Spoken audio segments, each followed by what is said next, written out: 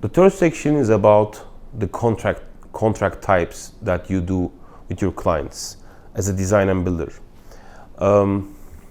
Design and builders have more than a couple of different types of contracts.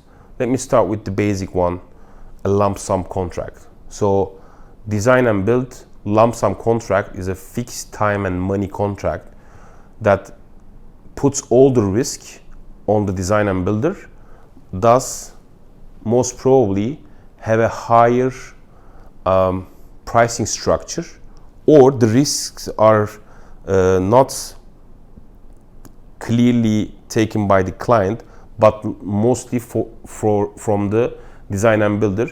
It might be profitable for design and builder or risky. It's a very context-driven discussion that we can do it in a later stage. The second one is the standard form that we have. It's a design, tender, and construct type of contracts, which are usually having at least two players plus the client, where you have the client itself, a lead consultant, which is connected directly to client. The client and client representative again appoints a main contractor, and that main contractor is appointed through the tender that the lead architect or lead consultant prepared. The third one is a contract type. Again, in design and build, we use it a lot.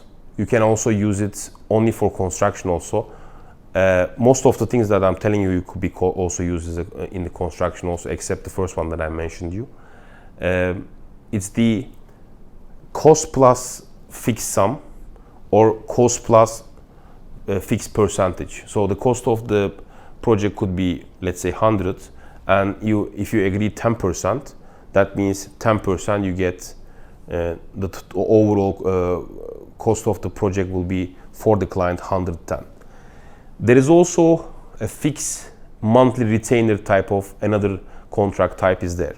So this is very much related with clients' understanding of procurement, and honestly speaking, if not managed well, none of them could be successful, or all of them could be successful in very surprising ways.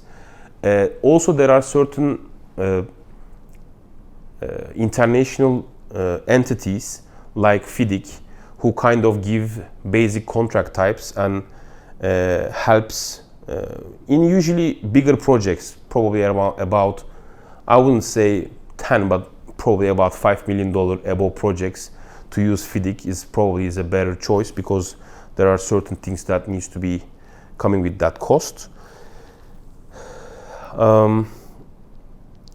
In all these things, the most important part is the type of the project managers and client representative that's been selected and their experience, because best contract written, if not managed well, contract management is a very big part of successful project takeover and handover from client side and from designer and main contractor side. To summarize all and to share my understanding and belief, I believe if you are working with the right people, any of these contracts will be giving good results. But my understanding of design and construction is, if you are working with the right people, and I know that we are the right people for it, it will be always the right choice to go for a design and builder if it's a traditional type of building, which is mostly the case. I'll give you an example. It's a villa. At the end of the day, it's not a rocket to the moon.